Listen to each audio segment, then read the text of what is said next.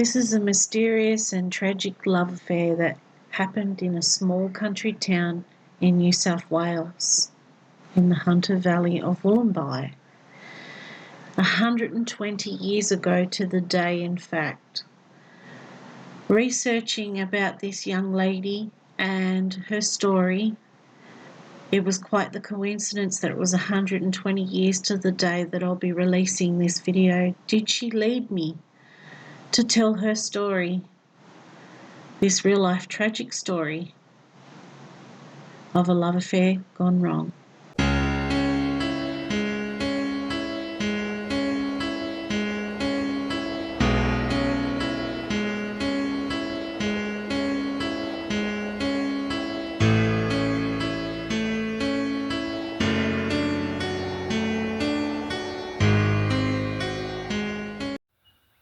Hi, welcome to another episode of Cemeteries Down Under. We're at the beautiful country town of Wollombi. It's very historic and it dates back to the early 1800s. And we have the gorgeous cemetery there. But in one of the nearby properties, there was a lone grave discovered in the garden. And that one has a very interesting story, so stay tuned, I'll let you know about her. So Jane Pendergast was born in 1831 in this small town of Wollombi, and she died on the 28th of March 1905. She was about 73. But she was not allowed to be buried in this cemetery because she had a liaison with a priest and had an illegitimate child. So the rumours go, or so the story in history goes. So let's show you a bit of the town.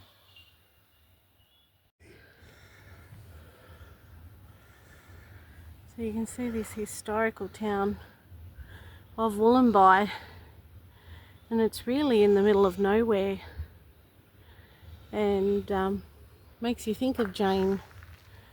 We don't know too much about her life or how she met the priest that she had a liaison with, but we do know that she had a son called Harry, who sadly died.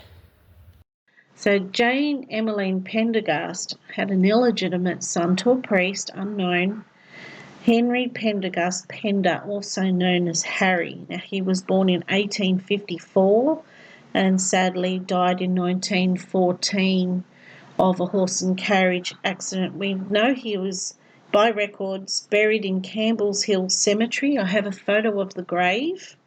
Also, photo of records that we found of Jane proving that she had a liaison with the priest. His grave is overgrown, and being summertime, I was a bit worried about snakes, so we didn't visit, but we can provide a photo of his actual grave, which I found in the records.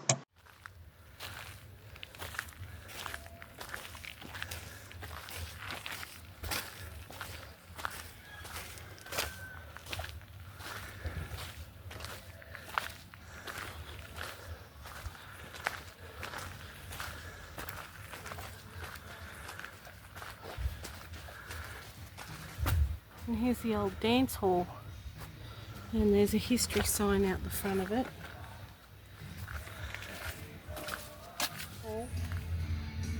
And this was built in the 1850s. I'm going to pause it there, and you'll find some different music behind it because there is a music playing next door and I don't want copyright, so I'll let you pause that if you want to read.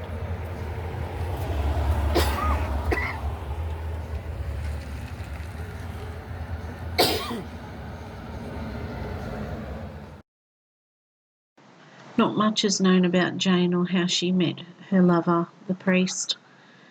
We don't know which church he came from, so we're going to show you two churches, both of the locals. So she might have met him at either one, or they might have locked eyes at a local dance or even a family function. We do not know. We know that she was 23. Was she the town beauty? Was she, full of plans and life and wanting to travel? Nothing's known about her life, only that she met and fell in love with the local priest and bore a son.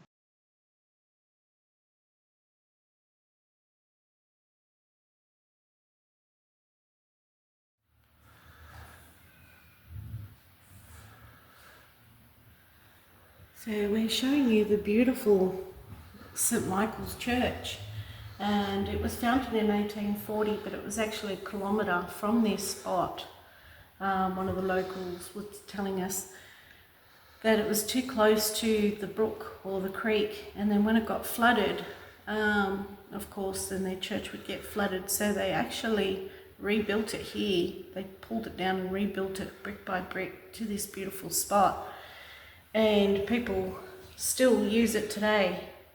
And it's the oldest church. St Michael's Catholic Church is the oldest church still in use in New South Wales.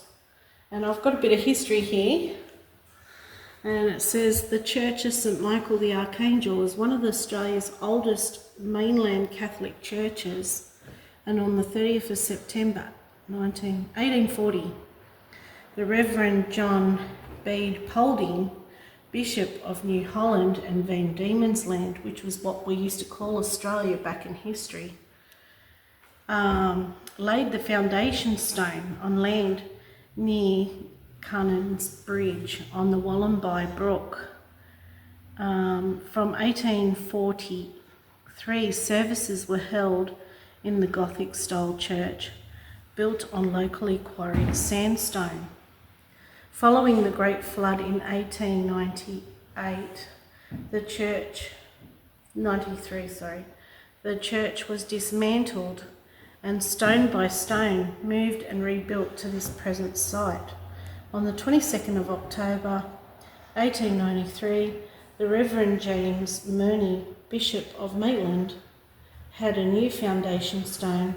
The old one and the other inscribed in Latin can be found low in the southwest corner of the southern wall. Nearly 100 years later, in September 1991, the church was put up for auction and was purchased by the local community.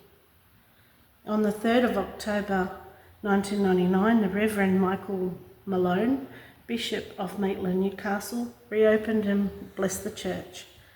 And the St Michael's community is an active and committed group, welcoming all newcomers and visitors to the church.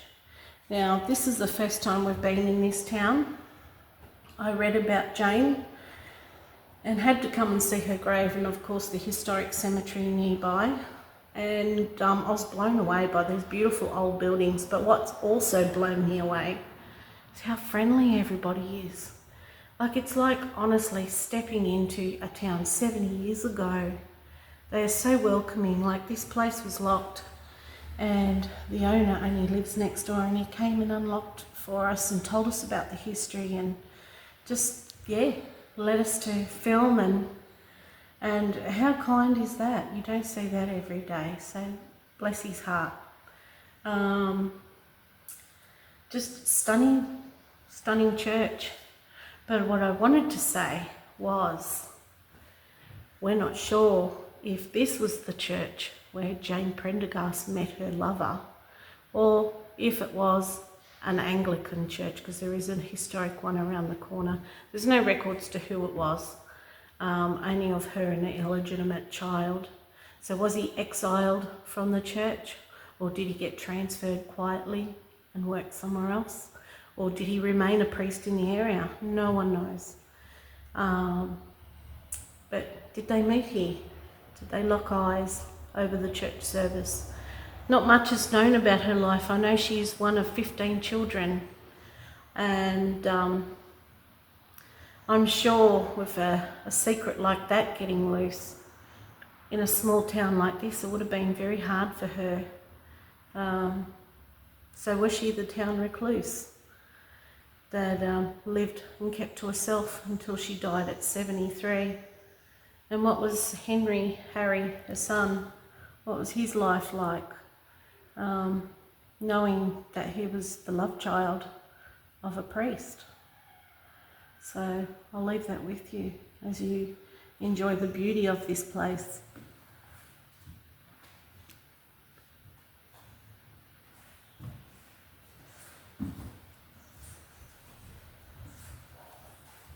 They're gorgeous. I love all the stunning tinted windows. It's just beautiful.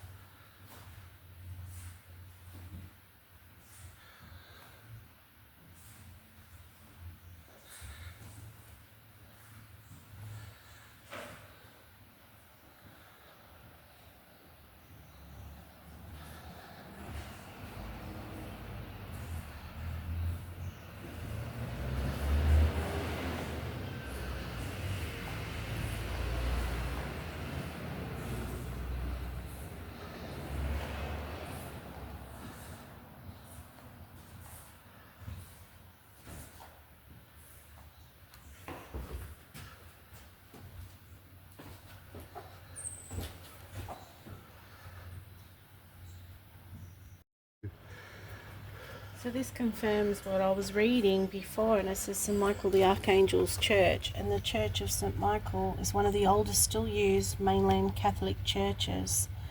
And in 1840, the Reverend John Bede Paulding, first Bishop of Sydney, blessed the foundation stone on land. Various floods and the flood of the 1890 caused substantial damage, so the church was moved.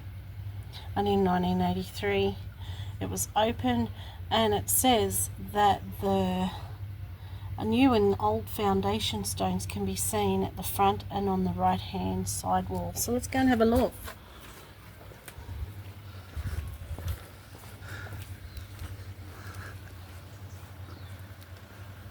And there's the new one. St Michael's Church, Wollombi, solemnly laid and blessed by the Right Reverend James Murray, Bishop of Maitland, Sunday the 22nd of October 1893. There should be an older one along here. Maybe that. Oh no, here it is. And it's in Latin. I'm not going to try and read it. I can't read Latin, but I'll let you have a look. Yeah, and there's small underneath. Look at that. 1840.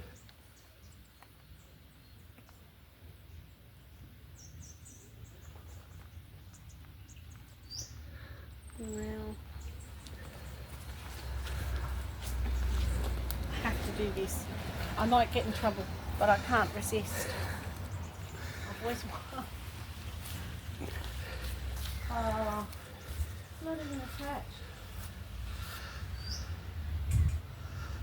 I was going to ring the bell, but it's not attached.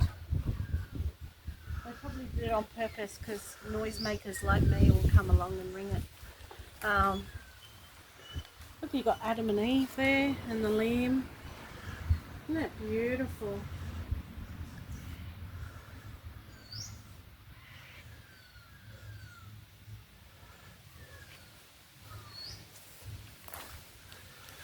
So we got one more stop, and that's the Anglican Church, because we're not sure which priest it was, but I like to think it's kind of romantic, like the Thorn Birds. If anyone's read that story, it's about a young girl in outback Australia that falls in love with the man of the cloth, and they have a forbidden affair, I'd say. And the author of the book was Colleen McCulloch, and I wonder, sometimes if she's gotten the story from this true life Jane story. But because I did look her up, and the story is in a fictional sheep station called Drogheda, and I do know that it is a town in Ireland. For anyone Irish that's watching this, sorry if I've said it the wrong way, but because my pronunciation's terrible, but it seems a bit of a coincidence. You've got a lot of Irish settlers here, country town, it's known for its sheep, and there was a young woman that had a liaison with the man of the cloth. So was she basing it on this true life story? Real life Thorn Birds.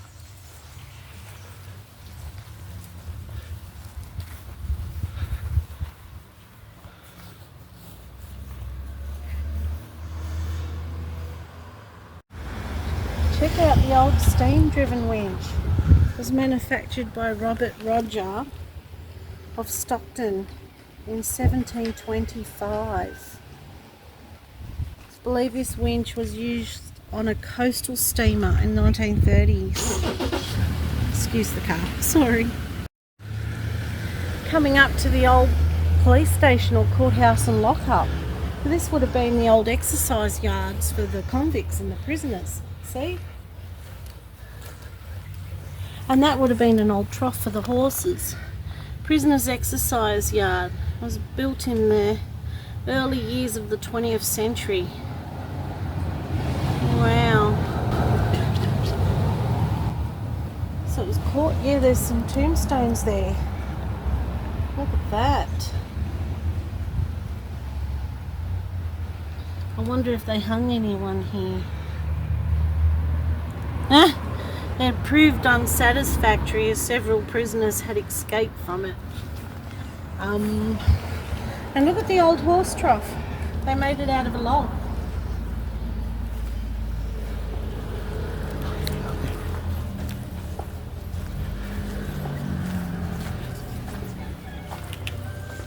Wow.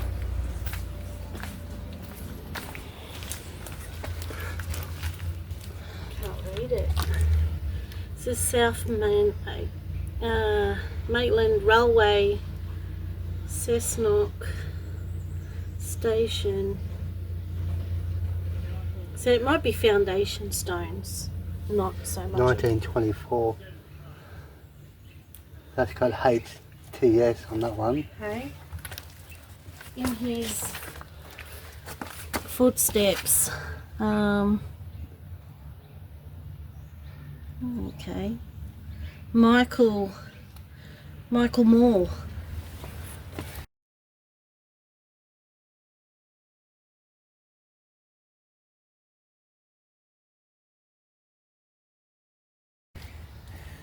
Look at them cells. That would have been the cells.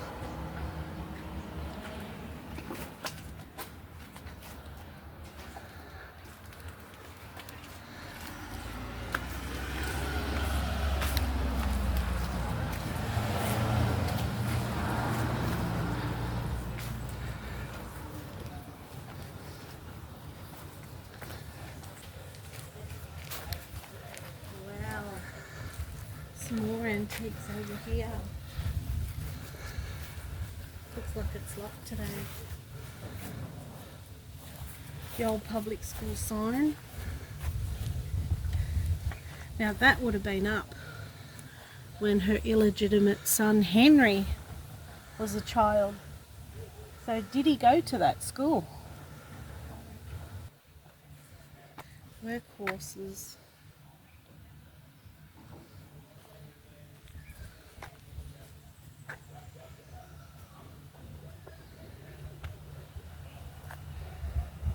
This is so cool.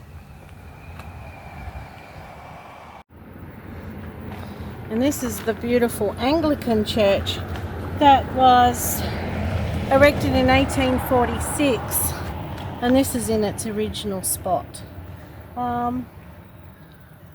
Was the priest from here? Well, we don't know because there's no records about him, who he was, what church he came from.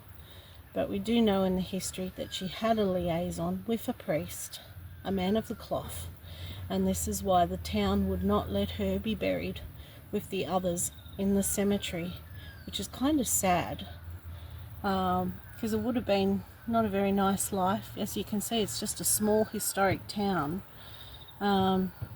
She would have been talked about, so likely she would have lived a life in recluse, and she would have been the talk of the town. So I feel that she was probably punished enough. But anyway, I thought I'd show you this church. I can't show you inside because it's locked, but I can show you outside, and this is still used today as well.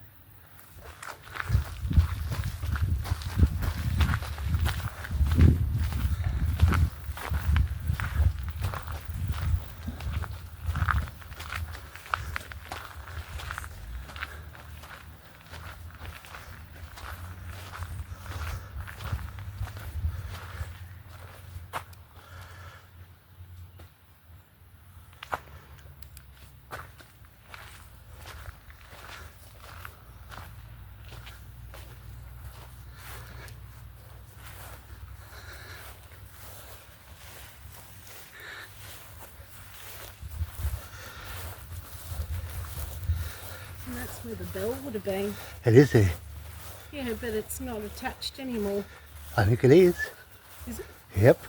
Woohoo! Julia gets to play with the bell. Do I get to upset the neighbours? Oh, and there's some graves.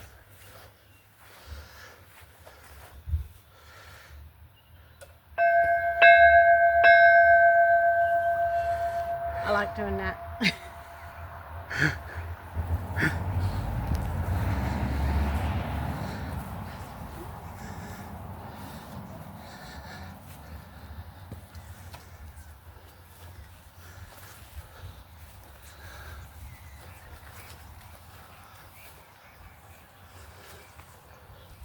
There's a crematorium wall for the locals, but it looks like it's only been newly put up, so I'll leave them in respect. And so this is Jane's grave here, and we're on a private property. We did get permission to come on the land. We're not going to show you the property that she's on, but it says Jane E. Pendergast, who departed this life the 28th of March 1905, age 73, erected by her loving son Harry. Just look at the beautiful roses on a tombstone. Now there is a story we were told by the owner of this property. So this property is on a main road, so do excuse any traffic coming past. There is a unique story to this grave, and the previous owner to this property never knew that she lay here, and came across her when she was gardening one day. Her tombstone was laying down or broken up in 3 places. You can see where it's been repaired. Anyway, so she lovingly had it restored by a local mason, and when she sold the property, the new owners were aware that there was a grave here, and they've been lovingly looking after it ever since. But the eerie part is, she was discovered 100 years to the day that she died. So did she lead that woman to her grave? That she was there? I'll leave you to that. I want to finish it here and say thank you for watching as always. I hope you enjoyed the story of the real life Thorn Birds, Jane Emmeline Pendergast, and looking around the historic town that she grew up in. Tune in next time, where I'll take you through the historic cemetery and show you some of the graves in there and talk about some of the characters. Catch you next week.